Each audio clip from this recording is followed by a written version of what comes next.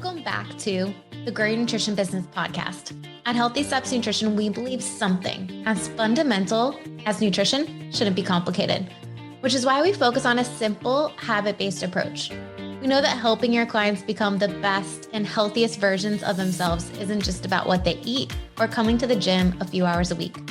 We, as gym owners and coaches, have to focus on a holistic approach, looking at support systems, stress management, sleep, mindset, lifestyle, and of course, exercise and nutrition.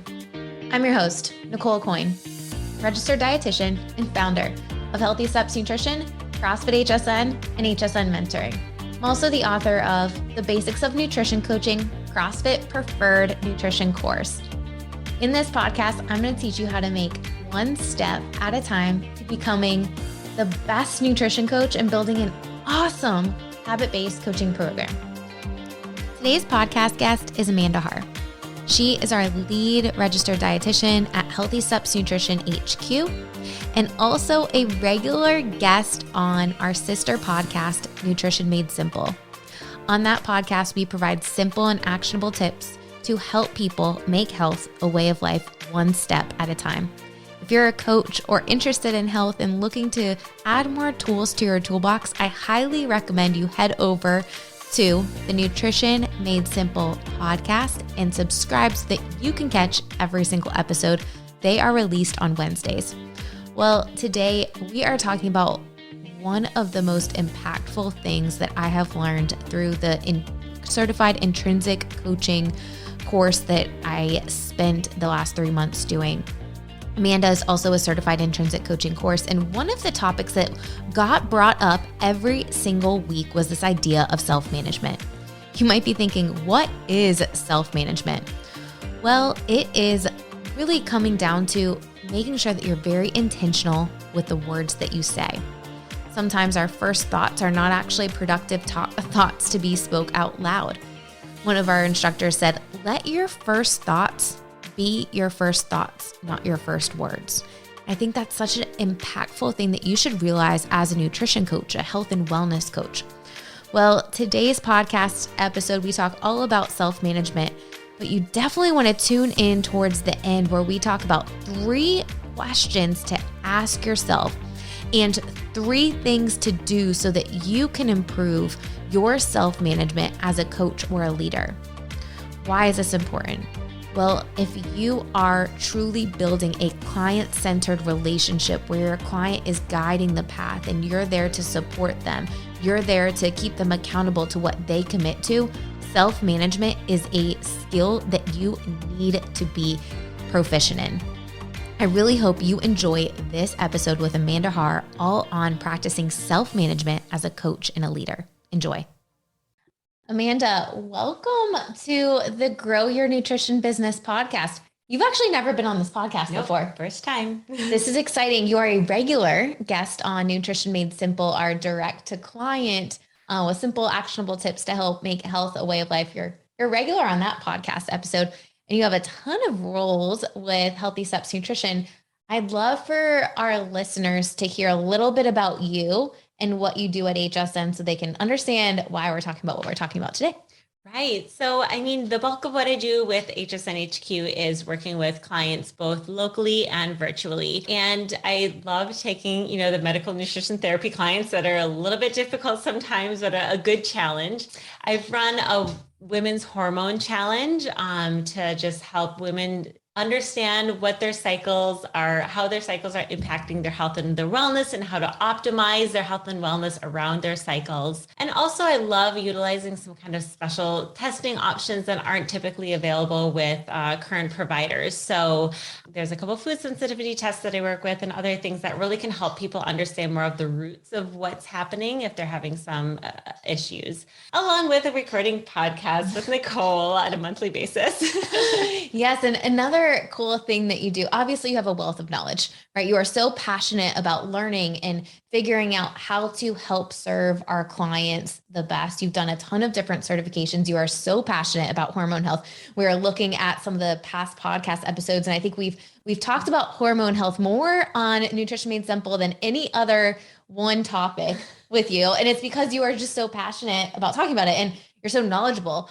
It's funny. I was recently on a recording of another podcast with Eric Malzone. And at the last question he asked me, he said, there's a big craze about hormone health right now and women learning what's going on the inside of their body. Like, what do you say about that? And I was like, well, I don't say much, but I do have a dietitian that is super knowledgeable and she says a lot about it. Right. But it's so, it just your passion for helping people is just so evident in everything that you do. And you're so knowledgeable and you've been able to inspire not only our clients to make action, but you've inspired a lot of coaches too. And that's really where, why having you on this podcast, because you and I do a monthly coaches development session with all of the HSN coaches every single month. A lot of times it ends up going back to hormone health. Sneaks in there. It always does, which is super great. I always learn something every single time that you talk about it. And then you have also come on and done some internal education and trainings for the Healthy Steps nutrition coaches around the world to help them feel more confident as a coach and be able to put more tools in their toolbox to support their clients, which is really, really cool. Right. And I mean, as coaches, right, it's such an ebb and flow of what our strengths might be and what our weaknesses might be. So I love the constant interactions that we can reinforce each other with as we go along the way, because something that Nicole knows a ton about, like I usually know nothing about. And, we all have our strengths. So it's so cool we can share that information with each other. So I actually just finished, became a certified intrinsic coach. And the reason why I went through that training is because of you. And you're like, Nicole, I did this training and I think it was really cool. And I think you might like it. So I'm like, well, I need dietitian CEUs. Like, let's do it. I got so much more out of it than I ever could have even imagined. That it's trickled into every aspect of my life. But one of the things that really came out of this training was this idea of self-management as a coach. And it's been something that we're talking about with our HQ coaches. It's something I'm talking about with our mentoring staff. Something I'm talking about with every single coach that runs our program and even leader as a company.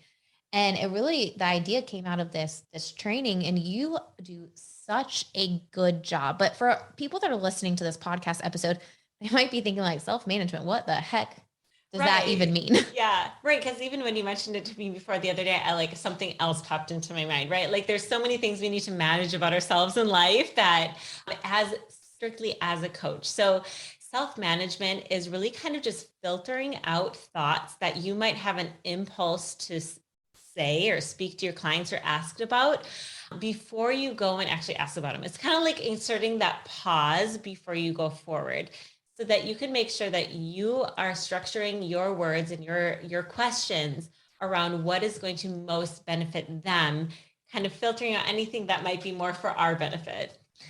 One of the things that was mentioned, a quote that I heard during this training was, let your first thoughts be your first thoughts. And what that really comes down to is taking a pause and thinking about, is this going to provide value to my client, or am I just saying something to say something, or finding a common ground? And I think so many times as coaches, especially new coaches, we want to find common ground with our clients. And if we can say what worked well for us or other clients or whatever the case may be, you end up shifting the client's thought patterns away from where they're at right now and what they're wanting to think about what you're saying. Right. And it's actually detracting them from the progress. Mm-hmm. Exactly. And that can be so easy. And sometimes your clients actually ask you for that. Like, oh, well, what do you do in this situation? And that's where we really have to just bring it back to them. Because when it talks about other people, then they're constantly comparing, right? They're going to be comparing what they do to what we do if we tell them what we do. So bringing it always back to them. It really comes down to having a client-centered focus, right? So I want to think about, or I want our listeners to think about some high level questions that we should be asking ourselves before we say anything to a client. So we'll start with these 3 questions and then we can kind of go into a discussion. Does that sound good? Yep. Sounds good. Okay. So number 1, a client says something to you and you have an initial thought that you want to say out to them. You should be asking yourself, is this providing value to my client? Right? Is this providing value to my client? And I think we've all had those examples where we've had clients for so long or been working with someone for so long that we know everything about them, or we know that they're selling their house, or we know that they're doing something. And then the conversation naturally goes so far away from what actually they're wanting in that moment and how you can best support them, to like them selling their house, in the process of selling their house, and the kitchen renovation, or their kids' gymnastics, or whatever the case may be. And it's actually not providing value to that client. The next question we should be asking ourselves before we speak is this helping my client get to their best thinking? I say that question, but what does that mean to you? Right. And so basically, what stands out to me there is if a client asks us a question and we just like give them three different options that could help them, could they have an option that would be option D that would be better than what we could ever have thought of because it would be perfect for them? So basically, we want to provide them opportunity to think further than they're currently thinking and into a space that we can't even see because we're not them. It's a completely different type of coaching than what most coaches think they're supposed to be doing. Because so many times in the culture of nutrition coaching, we think, I need to tell my clients what to do. I need to give them a meal plan. I need to give them macros. I need to just tell them exactly what to do. That's all they need. When in reality, they're not a child. They don't need to be told what to do. They need to figure out what's going to be best for them. And when someone comes up with their own idea, even if you said the same idea, they're going to be more bought into their own idea because it's theirs.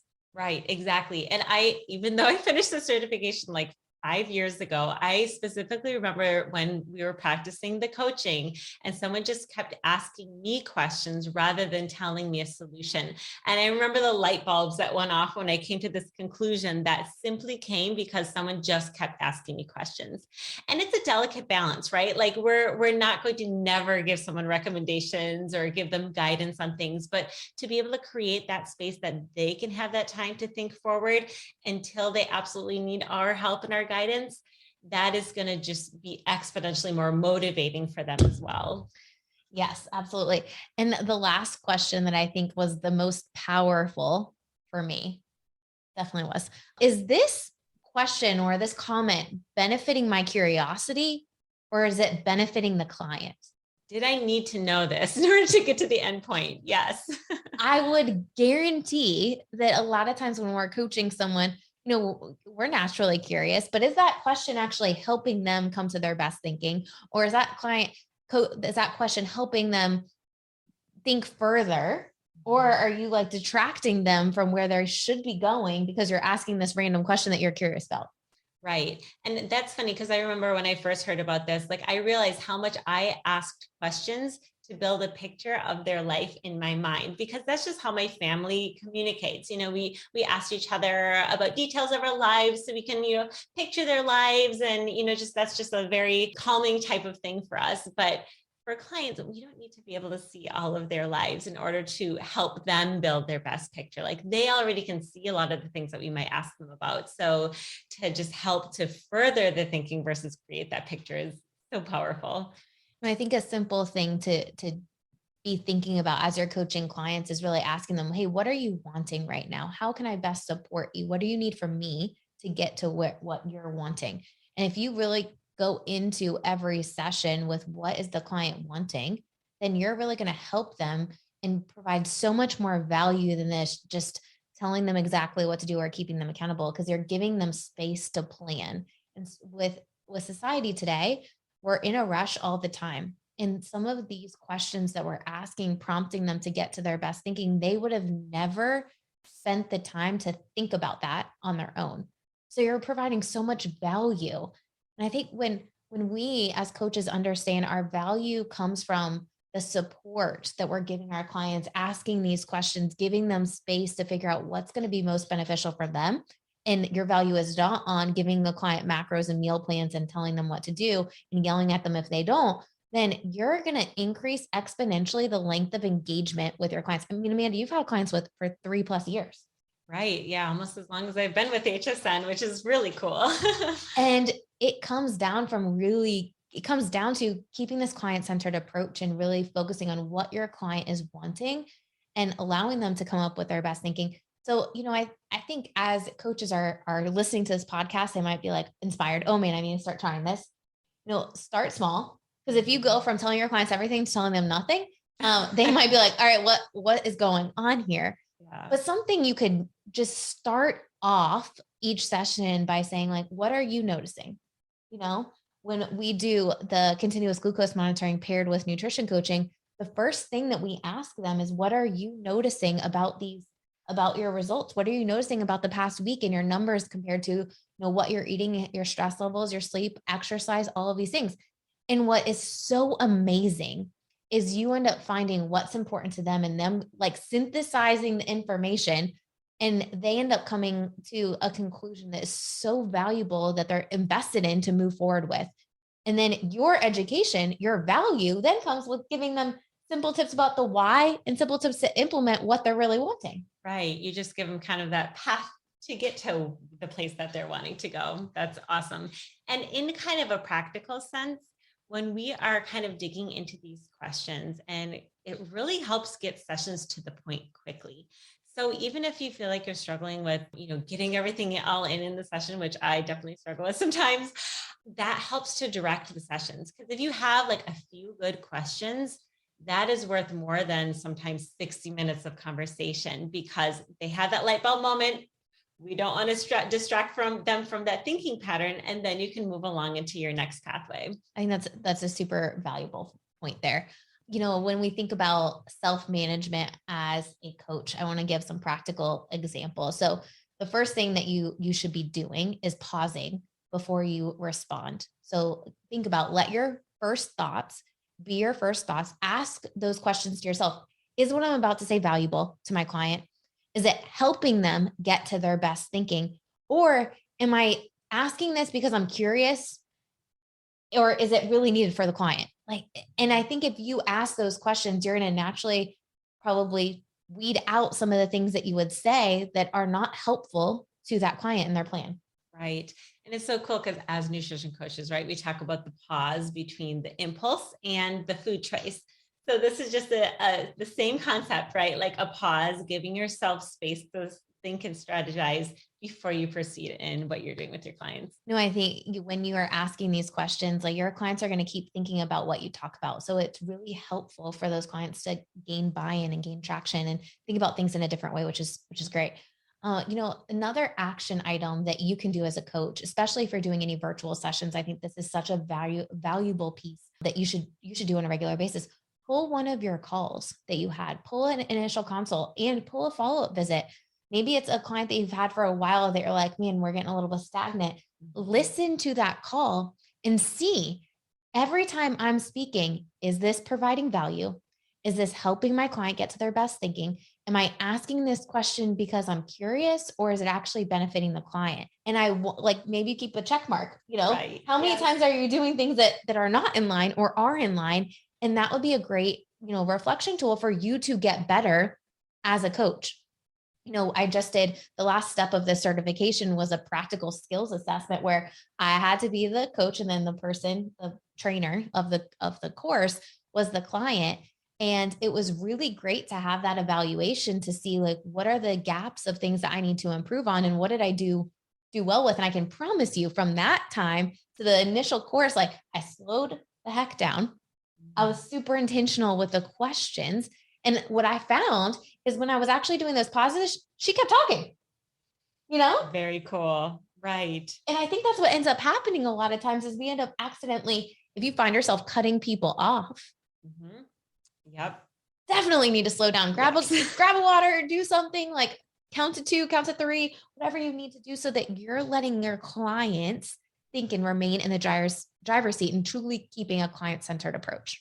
Right. And sometimes those pauses, they can get long, like they can get uncomfortable, and it's hard, right, to not have constant conversation going. But especially if someone is in a place where they are struggling with something in their life a lot, sometimes that pause goes really long. But, have faith in that process, right? Like, and they might have to get used to how you operate too, in that sense. But that pause can be so, like, you think about how fast you think during like 5 seconds. If you pause for 5 seconds, how many things did they just think through during those 5 seconds? I love it. The last thing I would recommend that you do, if you don't have the recordings available, and this is just a great habit to get into, is after each consultation, each session, each follow-up visit, sit back and reflect, like, what went well? What could you do differently to improve? You're never going to be better as a coach and help serve more people and impact their lives and increase your length of engagement with clients because they want to stick with you if you don't have this growth mindset and truly think about how can I best serve my clients? Right. Yep. And that's where things like this, right? Like the podcast, like the webinars that we have, like that is so valuable because it's hard to really grow if you don't have people surrounding you and supporting you. All right. We have a shameless plug. Since you brought up the webinar. Right. All right. So one of the things that we do at HSN Mentoring is coach development. There's webinars every single month for the coaches in the HSN family to help them grow and develop. We'll talk about nutrition coaching. We talk about business. We talk about the holistic approach, all the things. But in July 21st, we are diving deeper into this idea of self-management as a coach. And I am so excited to have our coaches on because I know this is one skill that will drastically improve your ability to coach and your confidence because it takes the pressure off of you. You don't have to have all the answers right all of the time. Your clients have a bigger view of their life. And if you can manage this skill, you're going to be such a more effective coach. So if you're an HSN mentoring coach, gym owner, and you want to be a part of this, this is for business owners. Like the fact I can tell you the self-management piece and like all of these things has trickled down into every piece of my life, from relationships with my family to being a better boss, being a better friend, like all of the things. So I would love for everyone on the HSN mentoring family to join in again, July 21st. Join Amanda and I as we take a deeper dive into practicing self-management as a nutrition coach. Practicing self-management is a vital tool that you need to develop as an effective nutrition, health, wellness coach and as a leader. In this episode, we talked about 3 questions to ask yourself. I've brought up this idea of self-management on multiple coach development sessions recently over the past few weeks. We've also talked about it in our mentor meetings and even in our nutrition coach staff meetings. These 3 questions are something that I've challenged every single coach and leader on our team to ask themselves. Number 1, is this providing value? Number 2, is this helping my client get to their best thinking? Number 3, is this benefiting my curiosity or is it benefiting my client? I think that last one is so important. Is it benefiting my curiosity? One of the things that I brought up in a staff meeting recently when we were talking about self-management, and someone said, Nicole, a lot of times I end up saying something because I want to build rapport with those clients, especially with a virtual relationship like our mentoring program, or when you have virtual nutrition clients, you end up, talking and saying things and sometimes not actually providing value to those clients, but you are really building rapport. And I asked them this question: do you guys have a therapist? Does anyone work with a therapist? And I'll ask you the same thing. Have you ever talked to a mental health therapist? And if you have, do you feel like you have great rapport with that person? My next question is, do you know anything about them personally? And I think this was an eye-opening experience for many of our staff members and many coaches that I've talked to. Because if they were truthful about answering those questions, if you did have a therapist, most people do not know anything at all about their therapist. They don't know where they live. They don't know really anything about them. Those therapists keep a client-centered relationship. You're able to build rapport by truly showing empathy and really asking those prompting questions to get to our best thinking. And we should be doing that with our clients. We should be asking prompting questions that are getting to their best thinking, not distracting them and asking questions that are benefiting our curiosity. Well, if this was a really great episode for you, I hope that you subscribe so that you don't miss another episode. I challenge you to listen to a recording of you doing a session so that you can ask yourself and kind of reflect, are you using self-management as you are coaching your clients? I promise you, when you do, you're going to be able to deepen the relationships with your clients, increase the length of engagement so that you can have a greater impact on their health and wellness journey. Hope you enjoyed this podcast episode. Please don't forget to subscribe, leave us a review. And if you are going to the CrossFit Games, please make sure to find me. I will be speaking on a CrossFit Health panel on Wednesday, kicking off the CrossFit Games. And then Saturday, I'll be speaking on health, wellness, and nutrition. Super excited to be at the CrossFit Games again. Thanks, CrossFit, for having me out to talk all about bridging the gap between health and fitness inside an affiliate.